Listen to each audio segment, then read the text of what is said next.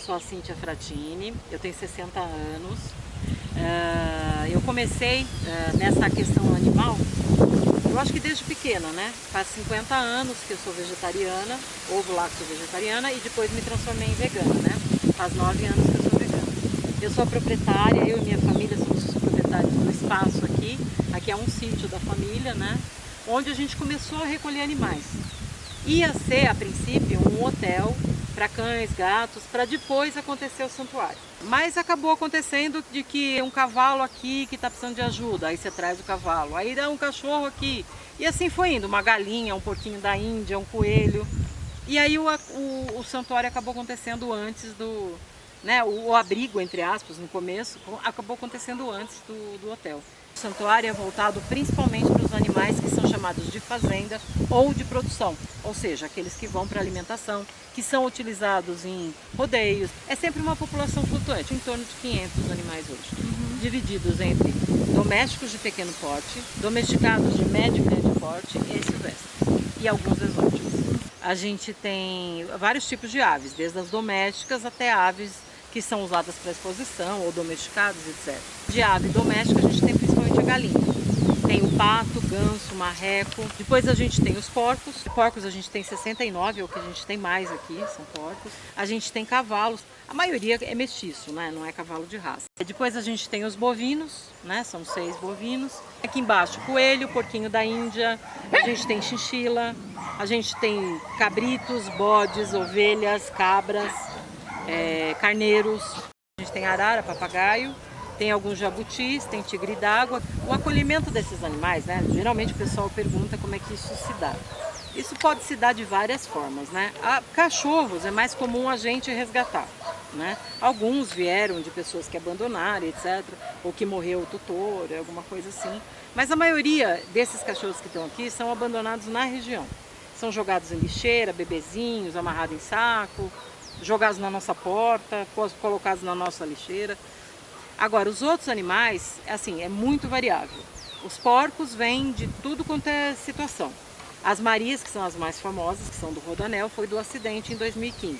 Aí a gente tem alguns porcos que a pessoa compra como mini porco, aí depois ele cresce, fica com 150 quilos, aí a pessoa não pode ter mais, porque não pode ter esse tipo de animal em local urbano, aí procura um local para destinar esse animal. Galinhas são apreendidas de avícola, abandonadas na rua, às vezes de trabalho que as pessoas pegam. Patos, às vezes a pessoa tem um laguinho, vai vender o sítio. A gente já teve cavalos de várias situações, né? Já peguei cavalos no Centro de Controle de Zoonose de São Paulo, que a gente já resgatou muitos bichos de lá. Abandonaram 2 na minha porta aqui, né? Um casal, o Boni e Clyde. Os bois, o Biscoito, que é o nosso boi maior, que pesa 1,1 tonelada, é terrível. Ele veio de um caminhão, estava indo ele e a irmãzinha dele para o abate, eles eram excedentes de produção de fazenda, o dono não queria, vendeu para o abatedouro. Aí nós fomos lá, conversamos, não sei o que, acabamos trazendo para cá. Outras nasceram aqui mesmo, e uma outra veio também de abandono, né? A pessoa, não quero mais, vou vender a fazenda e etc. Aqui eu tenho 4 funcionários, são 3 famílias que moram aqui e são 4 funcionários. Pessoas super dedicadas, que gostam do que fazem. Uma parte se divide de tratar dos cachorros, da casa, de algumas coisas no entorno, e os outros 3 se dividem para os outros 450 animais, que a gente tem 52 cachorros, né? E aí começa, primeiro lá na parte de cima, então é colocado feno, ração, porque a gente normalmente não dá ração para os cavalos mais tarde para evitar cólica, né? A gente dá mais feno, mesmo porque a gente não tem pasto aqui. Então a gente cria tudo no feno, e quem tem cavalo sabe o quanto sai isso de caro. E aí eles descem aqui para a parte de baixo para alimentar todos os de pequeno porte. É lógico, sempre tem alguma coisa que sai da rotina. Que nem essa semana caiu o nosso portão, tivemos que consertar de emergência, porque ficamos sem portão lá na frente. Aí os cavalos estão correndo, estoura o encanamento da caixa d'água. Vai lá, desloca a pessoa para consertar. Aí eles vão brincar, não sei o que lá, ficam se escoiciando aqui, estouram cerca. Aí tem que consertar a cerca. Aí o outro aparece meio assim mancando, machucado, porque bateu não sei aonde. A maior dificuldade, acredito que tanto nos abrigos quanto nos santuários, é manter esses animais, porque você vai, você fica com dó, você acaba aceitando, não sei o quê, aí às vezes aí você vai ver se já está com excedente aí tem que aumentar recinto, e isso envolve material de construção, pedreiro e etc. Mas principalmente é alimentar e dar o cuidado veterinário, porque aqui a gente prima muito pela prevenção, né? Então todos são vacinados, vermifugados, os machos todos castrados. Você vê, as galinhas a gente tira os ovos, as pombas a gente tira os ovos, os pássaros a mesma coisa, a gente não deixa procriar. O gasto que a gente tem com o veterinário, agora que os cachorros estão muito velhos, tem vários que desenvolveram câncer, a gente está tendo que fazer tratamento, quimioterapia, né? Radioterapia, cavalos muito velhos que a gente tem aqui fazem acupuntura toda semana, então é bastante. Falando de ajuda, você recebe alguma ajuda do governo? Como que funciona para você poder conseguir alimentar todos esses animais? Olha, a gente se vira nos 30, para não fazer uma alusão ao programa da televisão, mas já fazendo, a gente se vira nos 30. Então o que eu faço? Eu trabalho muito, faço comida vegana para vender, faço eventos, trabalho fazendo eventos tudo sozinha, faço tudo sozinha. Tanto é que agora, é que vocês não estão vendo, mas eu estou de andador, porque eu acabei de fazer uma cirurgia, eu estou com um problema sério, eu não estou podendo trabalhar por enquanto. Mas a gente faz também, quer vender as minhas comidas, fazer e vender. A gente faz visitas monitoradas uma vez por mês aqui, uma data que a gente pré-determina. Aí a gente fica mais ou menos um mês organizando. Caso a pessoa tenha interesse, é só ela entrar em contato com a Vinca, nossa voluntária. A gente disponibiliza o e-mail dela, mas na postagem, quando a gente põe a data que vai ser, a próxima vai ser dia 20/11, né? É a última do ano. A gente coloca também o e-mail dela. E na visita monitorada, você vai comer bastante comida vegana. Tem almoço, depois tem lanche à tarde, com um monte de doce, patês, feijoada, tem um monte de coisa. E vai aprender um pouco sobre cada animal, cada espécie, nós vamos andando todos juntos. A gente disponibiliza uma van que sai da estação Vila Madalena. Essa visita, claro, ela tem um custo. Por exemplo, vem 4 pessoas, é do mesma família, um grupo, aí a gente tem um desconto. Pessoas de idade, crianças, dependendo. Esse mês, por exemplo, eu abri para uma escola, mas era um grupo especial, eram crianças que eram voluntárias também. No dia da visita monitorada a gente faz 3 tipos de ativismo, né, que é o ativismo direto dos animais, de mostrar os animais, falar, fazer uma educação ambiental. Depois, em relação à comida, eu faço toda a comida do evento, porque as pessoas falam assim, você é vegana, mas você come o quê? Só alface? Eu falei, nossa, mas eu tenho uma constituição de quem só come alface. E aí a gente faz esse ativismo, né, porque eu sou ativista, de coração, através da comida. As pessoas verem que é possível, que não é, o pessoal fala assim, nossa, comida vegana deve ter gosto de papelão, né? Eu falei, olha, eu não sei, eu nunca comi papelão, então não sei. Mas, né, não tem gosto de papelão. Porque o que eu faço? Para fazer com que essa transição seja suave, seja perfeita e seja legal, eu aproximo ao máximo a minha comida da comida onívora. Para você, olha, não é possível, puxa, olha que legal, essa lasanha é parecida, essa feijoada, não sei o quê. E assim por diante. E um pouquinho que sobra, que é bem pouquinho mesmo, que reverte para compra de ração, pagar de veterinária, etc. Porque a nossa despesa é imensa.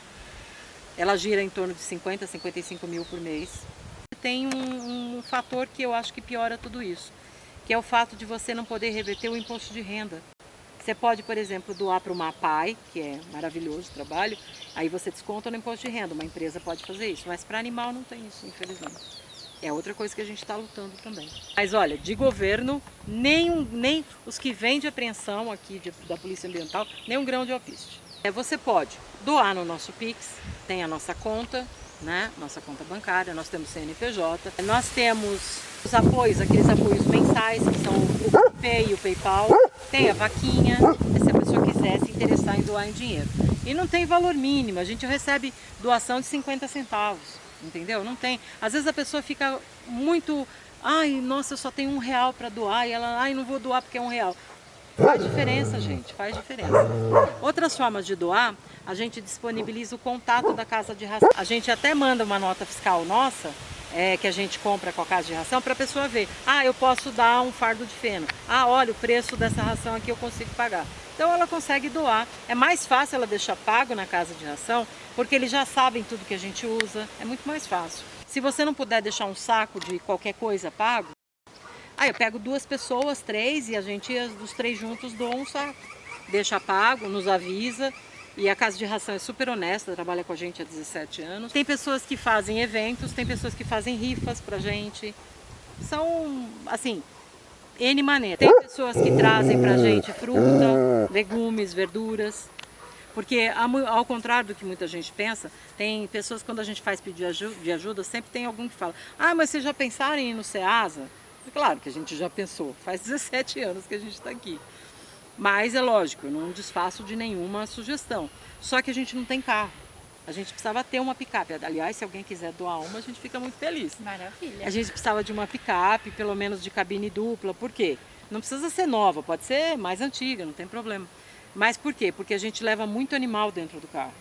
Então leva cachorro, leva coelho, e a gente precisa ter alguém fazendo a contenção atrás. Se você coloca na carroceria, é muita judiação. Por exemplo, a gente tem animais silvestres que vão até a Granja Viana, que é onde é o nosso veterinário principal de silvestres. Então, você imagina você ir nesse sol, dentro de uma caixa de transporte, atrás, é complicado, né? Eu até estou pretendendo mudar daqui, né? Ir para um lugar maior, né? Eu gostaria de ir para um lugar maior, eu quero ter conforto para eles. Principalmente ter pasto, isso é muito importante para mim. Há a possibilidade de fazer algum projeto ligado à agrofloresta, principalmente. Se eu for para uma área que dá para reflorestar, eu quero trazer empresas que precisam fazer compensação ambiental, transformar tudo em fossa ecológica, sabe? Trabalhar o máximo possível e trazer as crianças para participarem disso. O que eu mais prezo aqui e o que eu mais gostaria de melhorar e aprimorar é ter condições de fazer, por exemplo, ter condições de passar um filme, alguma coisa para as crianças, trazer mais escolas. São elas que são as formadoras de opinião amanhã. Então, são elas que vão herdar essa bagunça toda aqui desse planeta. E são elas que é para elas que a gente precisa passar os melhores conceitos nesse sentido. O resgate que nos tornou conhecidos, né, foi o resgate das porcas do Rodoanel, que são as Marias. Ah, mas por quê? No dia 25 de agosto de 2015 tombou um caminhão da praça de pedágio do Rodoanel, perto de Carapicuíba ali. Porque o abatedouro, onde essas porcas são levadas para morrer, é ali pertinho, é o Rajás. Esse abatedouro mata de 600 a 700 porcas por dia. A gente tem assim uma quantidade absurda de bichos sendo mortos por segundo no mundo, no Brasil, no mundo. O primeiro fator que é ligado à crueldade é a alimentação, porque é onde você mata animal a nível fábrica. Então as Marias estavam indo para o abatedouro, eram aproximadamente 110 porcas, ninguém nunca soube o número certo. Por que ninguém nunca soube? Porque elas não tinham nota fiscal. Ou seja, cadê a origem desses bichos? Se você não pegar pela questão da crueldade, que você nem liga, tô nem aí, tem que comer bicho mesmo, pegue pela questão da vigilância sanitária. Qual é a origem desse bicho? Não sei. Como é que ele foi criado? Não sei. Entendeu? Então, assim, boa parte da carne consumida no Brasil não tem controle nenhum de CIF. E muitas delas muitos animais, principalmente porcos, né, são abatidos nas comunidades. Então, assim, não estou criticando ninguém, mas assim, é sem controle nenhum. A gente tem porcos do abatedouro clandestino de Diadema. Exatamente disso. Era um batedouro clandestino que tinha dentro da comunidade. Em que os animais tomavam uma água totalmente suja, que era o esgoto da própria comunidade, e comiam esse resto de esgoto. Depois matava esse bicho e as pessoas comiam esse bicho. Aí as Marias estavam indo para esse abate. Por que elas estavam indo? Porque elas tinham em torno de 5 anos, que é quando ela já não é mais viável comercialmente. Os filhotes começam a nascer fracos, em vez de 12, 15, 20 filhotes, ela começa a ter 10, 8 e nem todos sobrevivem. Então, como já explorou bastante, aí a gente manda para abatedouro. Tombando esse caminhão, isso aconteceu às 3h47 da madrugada, eu estava, para variar, cozinhando, né? Estava acordado cozinhando, escutei na rádio, que eu fico escutando rádio de madrugada, comecei a chorar porque eu não sabia o que ia acontecer. O que mais acontece pelo Brasil inteiro é quando toma um caminhão com animais de produção ou animais de abate, né? De fazenda, como queira chamar, é o pessoal correr lá para carnear esses bichos. O bicho está ali pedindo ajuda e o pessoal está cortando o bicho vivo ali. Eu sei que os ativistas começaram a chegar às 6 horas da manhã, porque a sorte foi que esse caminhão tombou em São Paulo. Porque se tivesse tomado em outro lugar do Brasil, como acontece quase todos os dias, ninguém nem saberia. Existem muitos grupos trabalhando pelos animais aqui em São Paulo, né? E aí o Rajás pegou as 22 que estavam em melhor condição os ativistas começaram a chegar, barraram tudo, não deixaram mais. E, lógico, o único santuário, abrigo que tinha em São Paulo, assim, para animais, era o meu. E aí o pessoal que é conhecido meu já me ligou, Cíntia, olha, tombou. Eu falei, gente, eu já vi. Não quero nem saber, traz todo mundo. E aí veio todo mundo para cá. Foi muita loucura, sabe? Foi muita gente aqui, muito caminhão. Foi um horror. Meus vizinhos sofreram pra caramba. Foi um terror. A gente estima que no dia a gente recebeu 68. E aí, porque 22 tinham morrido na estrada, por incompetência da própria CCR. Por quê? Eles não têm um plano B para quando acontecer alguma coisa desse tipo. Eles não têm como socorrer esses animais, não tem como fazer nada. Tanto é que veio porca em caminhão basculante, veio porca em caminhão boiadeiro, veio porca em caminhão pequeno, veio de tudo quanto é jeito porca para cá. Um horror, um horror. O que essas coitadas sofreram. Tanto é que elas eram muito agressivas quando elas chegaram. Hoje elas são super sossegadas, mas elas eram muito agressivas. A única coisa que elas conheciam era tapa, estupro, choque, violência de todas as formas, chute na cara, era só o que elas conheciam. E algumas morreram aqui, não sobreviveram na primeira semana, porque elas vieram aqui com a coluna quebrada, a perna, fratura exposta, e muitas não sobreviveram. Aí um mês depois, houve uma apreensão no abatedouro clandestino de Diadema. A Polícia Ambiental de Diadema, o DEPA de Diadema, nos ligou e falou, olha, nós estamos estamos desmontando um abatedouro em Diadema. Você pode ficar? Eu falei, ai meu Deus, quantos são? Ah, é 13, tá bom. Eu falei, tá bom, então traz. Já tinham morrido 22 aqui, né? Quando eles chegaram lá, não eram 13, eram 27. E mais uma jumenta, que é a Bebeca, nossa jumentinha aqui. E aí eu falei, vai fazer o quê? Traz todo mundo, você vai ficar escolhendo? Não, traz todo mundo. E aí vieram, ficaram junto com as Marias. E estão até hoje todos juntinhos. Quer dizer, os que sobraram, né? Porque em 7 anos, muitos já morreram. Tanto é que são poucas as Marias do Rodoanel que a gente tem hoje. Elas são bem identificáveis pela crueldade que elas passam. Todo porco de criadouro é picotado a orelha para cortada às vezes, né, mesmo para identificar o criadouro, quando não é brinco. É cortado o saco escrotal dos machinhos, arrancados os dentes com alicate, né? Isso aos 7 dias de vida, quando ela cabe na palma da mão, sem anestesia. E quem come é quem financia isso, infelizmente. Quem come é quem financia isso. Ah, mas que judiação!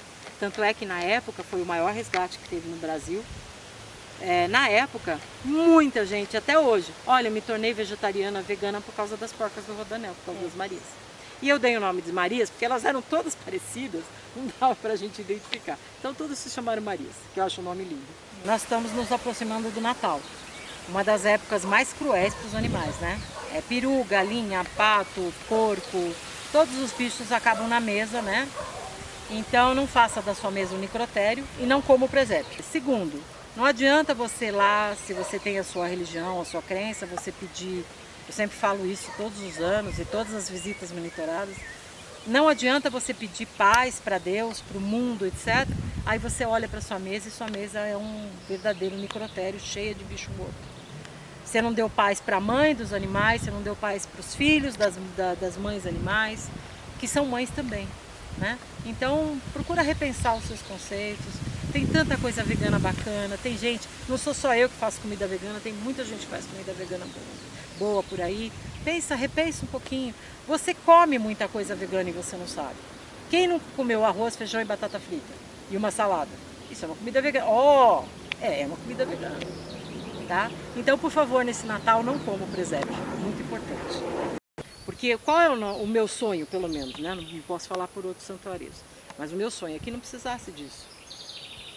Que a gente não precisasse nunca mais de abrigos, porque as pessoas teriam consciência de castrar os seus cães, de não abandonar seus cavalos, seus bois e etc. Se vocês aqui, a gente fez uma pequena prévia, né? Uma pequena apresentação do que é o nosso projeto. Ele é muito maior do que isso, tá? Ele envolve a crueldade com relação aos seres humanos, a crueldade com relação aos animais, porque, como eu sempre digo, o veganismo não é uma dieta alimentar. O veganismo é uma filosofia de vida. E não se esqueçam que o maior índice, por que a gente fala dos animais não humanos e animais humanos? Porque os animais humanos também estão envolvidos nessa crueldade. Por quê? As fazendas de pecuária são as que têm o maior índice de escravidão no Brasil.